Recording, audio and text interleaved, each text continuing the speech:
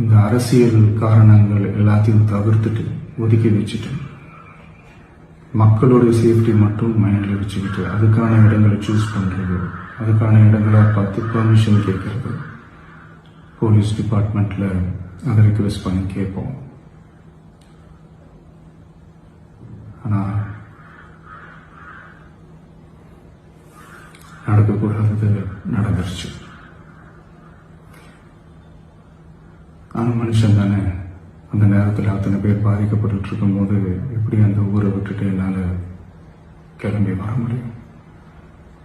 நான் திரும்ப அங்கே போகணும்னு இருந்துச்சுன்னா அதை ஒரு காரணம் காட்டி அங்கே வேற சில பதட்டமான சுச்சுவேஷன்ஸ், வேற சில அசம்பாவிதங்கள் அந்த மாதிரி எதுவும் நடந்துடக்கூடாதுன்றதுக்காக தான் நாங்கள் அவாய்ட் பண்ணோம். இந்த நேரத்தில் சொந்தங்களை இழந்து தவிக்கிற இத்தனை குடும்பங்களுக்கும் என்னுடைய